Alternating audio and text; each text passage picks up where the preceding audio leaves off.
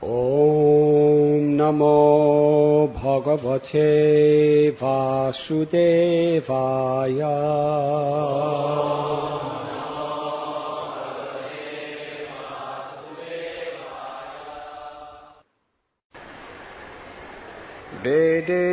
Vedeshu Jageshu Tapassu Chaiva Daneshu Yat Punya Palam Paradishtam Atyeti Tat Sarvamidam Viditva Yogi Param Sthanam Upayati Chatyam.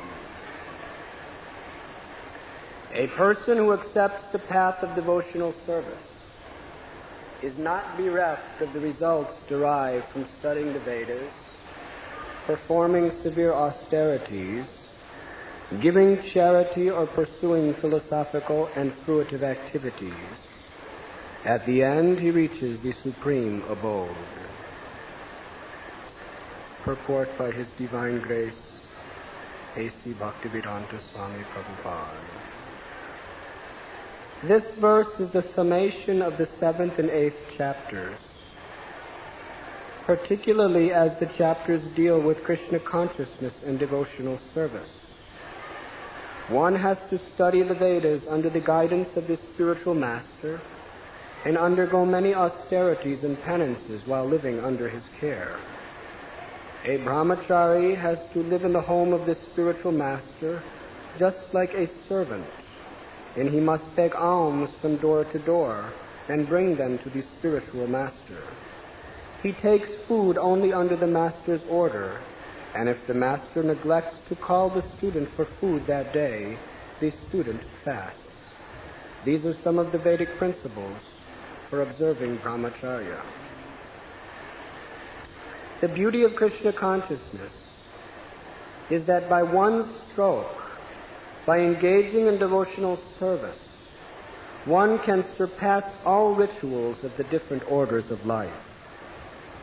One should try to understand the 7th and 8th cantos of the Gita, not by scholarship or mental speculation, but by hearing them in the association of pure devotees. Chapters 6 through 12 are the essence of the Gita. If one is fortunate to understand the Gita, especially these middle 6 chapters, in the association of devotees, then his life at once becomes glorified beyond all penances, sacrifices, charities, speculations, etc. One should hear the Gita from the devotee, because at the beginning of the 4th chapter it is stated that the Gita can only be perfectly understood by devotees. Hearing the Gita from devotees, not from mental speculators, is called faith. Through association of devotees, one is placed in devotional service, and by this service, Krishna's activities, form, pastimes, name, etc., become clear, and all misgivings are dispelled. Then, once doubts are removed, the study of the Gita becomes extremely pleasurable. One develops a taste and feeling for Krishna consciousness. In the advanced stage, one falls completely in love with Krishna, and that is the beginning of the highest perfectional stage of life, which prepares the devotee's transferal to Krishna's abode in the spiritual sky, Goloka Vrindavan, where the devotee enters into eternal happiness. Thus ends the Bhaktivedanta purports for the 8th chapter of the Srimad Bhagavad Gita in the matter of attaining the Supreme. Om Agyantimidandasya Jnananjana Shalakaya Chakshur Unmilitam Jena Tasmai Sri Guruve Namaha. The 8th chapter of the Bhagavad Gita is entitled Attaining the Supreme. In the 8th chapter, of special significance, Lord Sri Krishna is describing to Arjuna, and through Arjuna to all of us, the process of dying, a process that we all have to go through and accept, whether we like it or not, sometime or other in the inevitable future. Death may come at the least expected moment, but one thing is for sure, is someday it will come. In English, When you want to certify that something is absolutely certain, the most emphatic way of making this emphasis is by the famous saying, sure as death. If you absolutely know that something is a fact, you say sure as death. And no one can argue how sure death is. Krishna says in Gita, for one who is born, death is certain. And for one who dies, birth is certain. So in the Bhagavad Gita, 8th chapter, Lord Sri Krishna declares, Yam yam vapi smaran bhavam tyajatyante kalevaram tham tham evaiti konteya satatad bhava bhavata.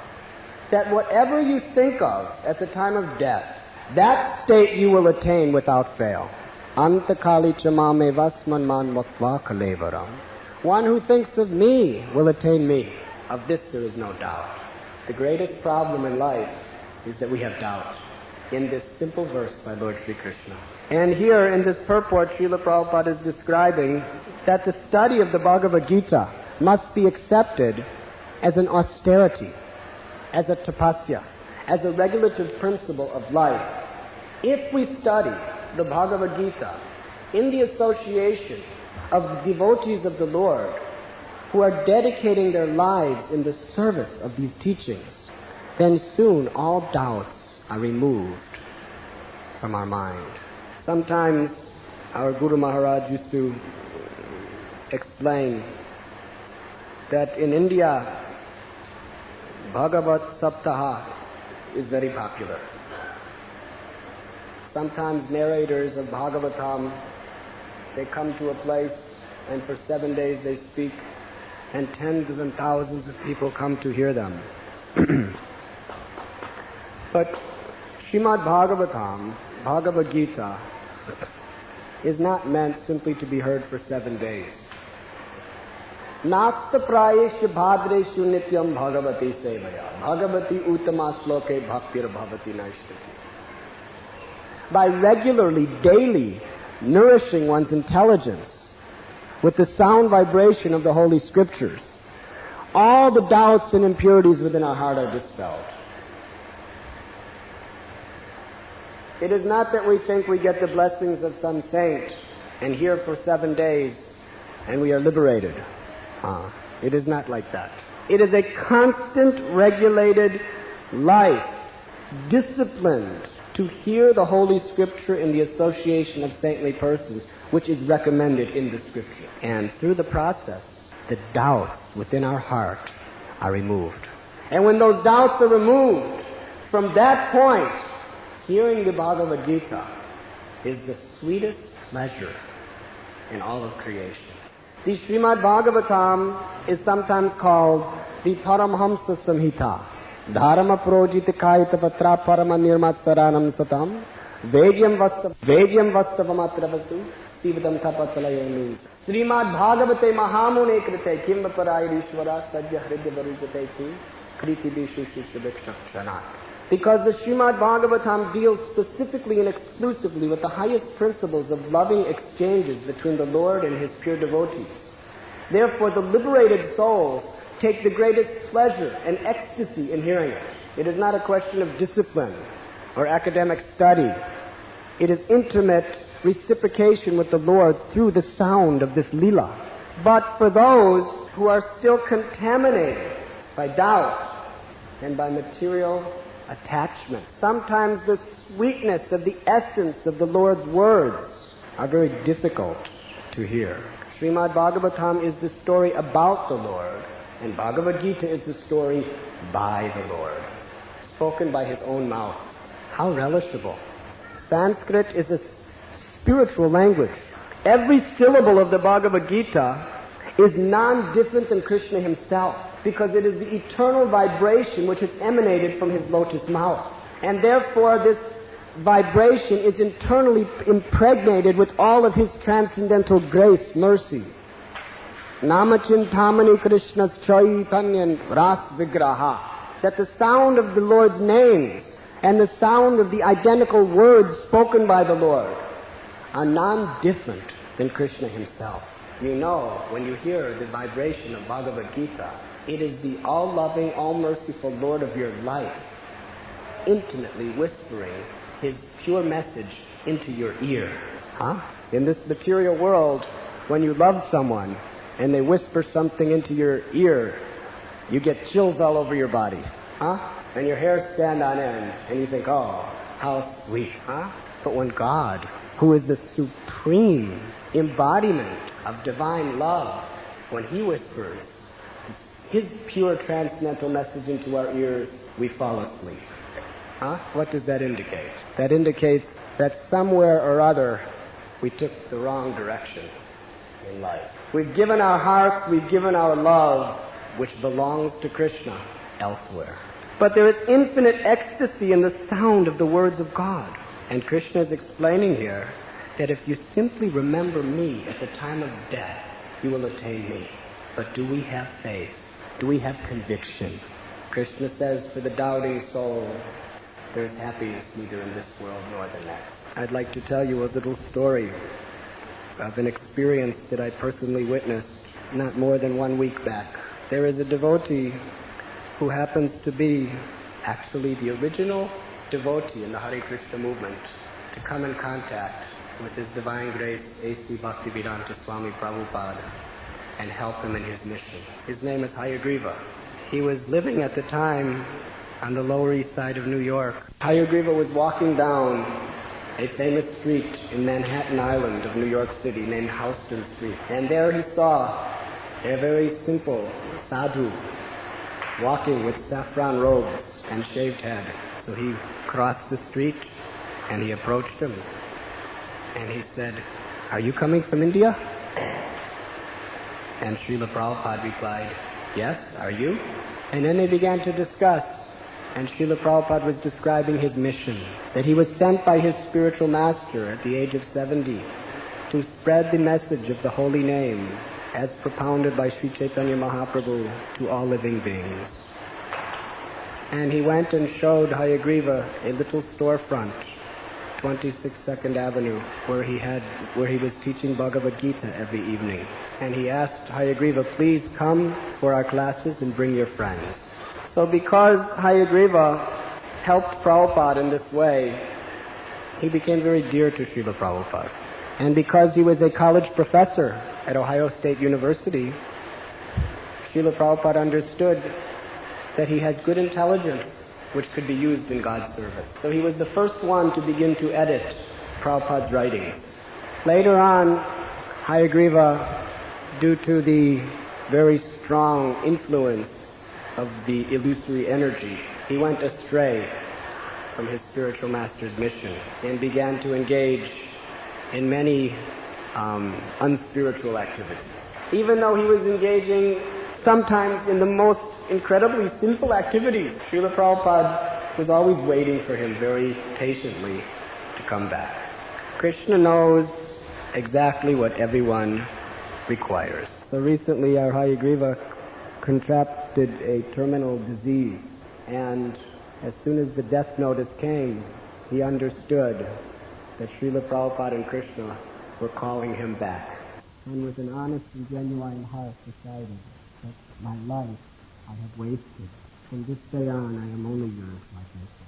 So I met with him the other day, and with tears in his eyes, he was crying out, "My only regret in life is not that I will die very soon. Not that I am suffering the worst pain I've ever experienced in my life. My only regret is I could have done so much for my spiritual master, but I wasted so much of my energy. How much more I could have done, and I haven't. That is the only regret I have in my life." He said, Prabhupada is so merciful. He said, when I first met him, the only reason why I helped him in his mission is because I was thinking, he's such an old man in such a foreign land, and there's nobody to help him. I just have to help this old man.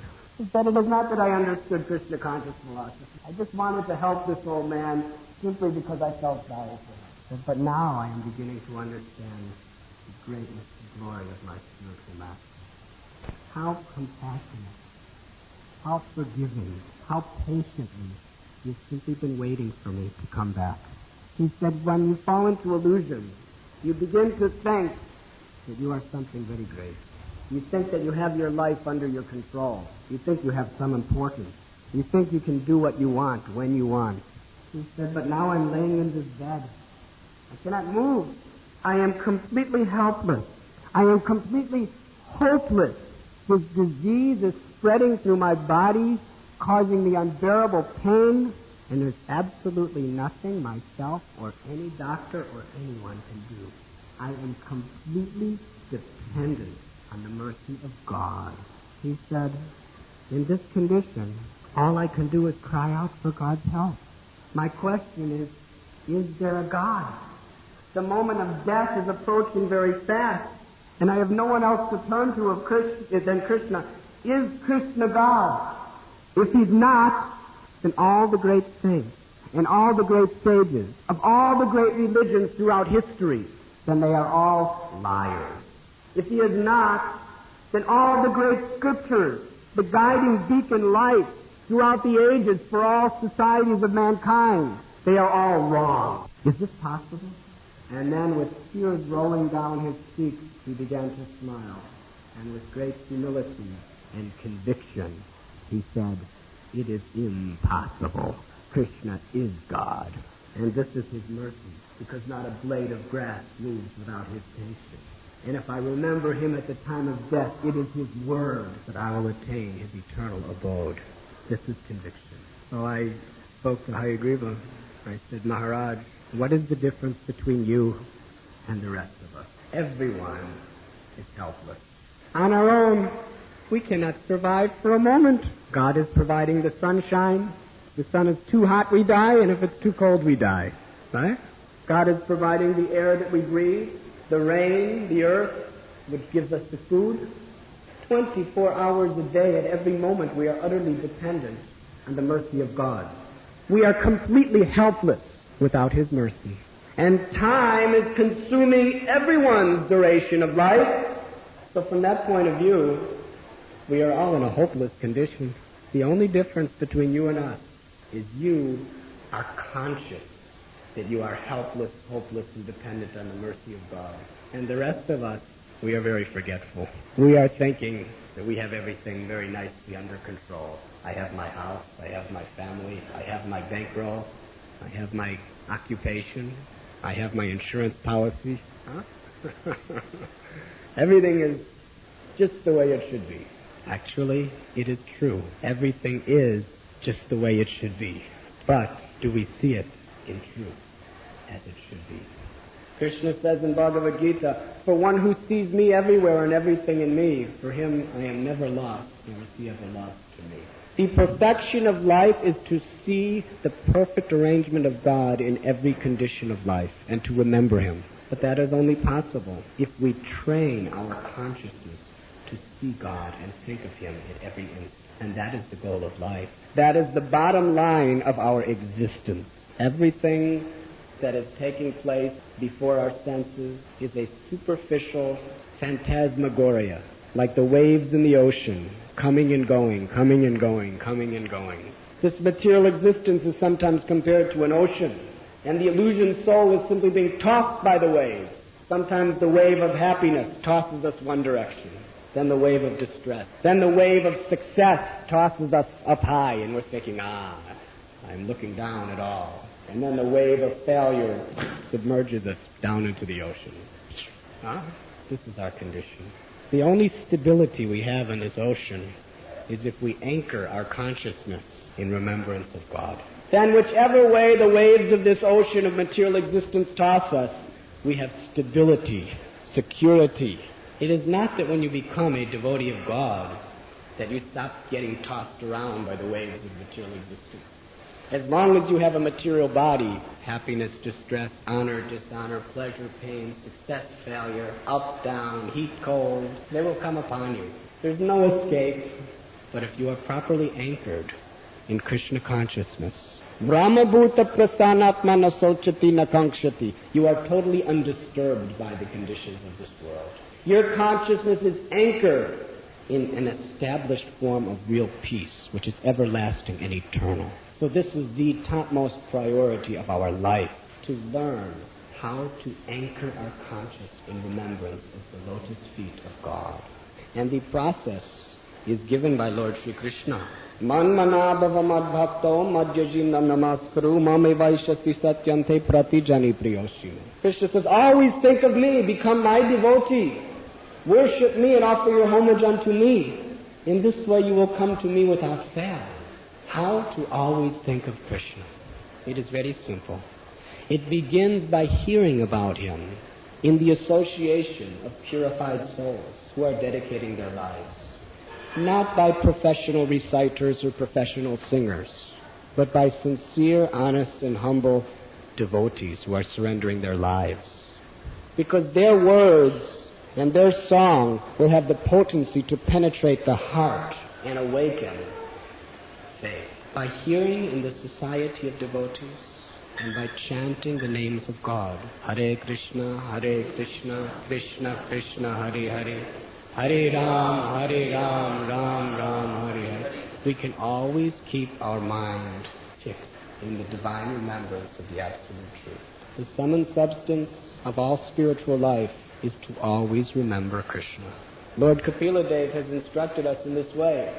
Lord Kapila Muni has told his mother Devahuti that there are so many hundreds of scriptures in the world in so many different languages. And there are so many rules and so many regulations prescribed, and so many rituals, and so many forms of puja and worship, and so many injunctions, do this, don't do this, and so many philosophical ways of presenting the conclusive truths. But all of these are meant simply to bring us to the point of the two most utterly essential instructions that must be assimilated in life.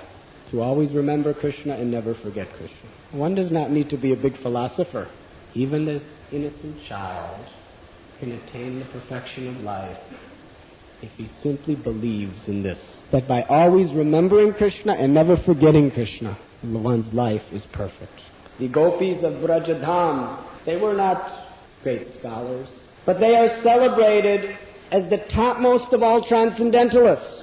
Greater than the yogis, greater than the pundits, greater than the sannyasis, greater than all the gurus and acharyas. The ultimate of all transcendentalists, worshipped by all the yogis, sadhus, gurus and acharyas, are the gopis of Vrindavan. Village girls, what was their qualification?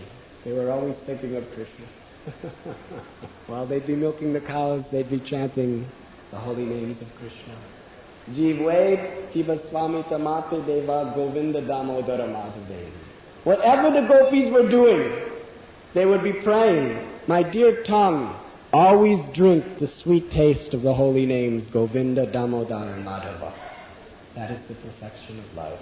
It is very simple.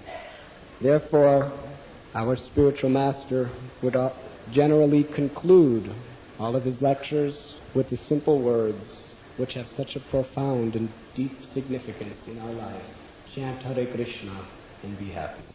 I thank you very much.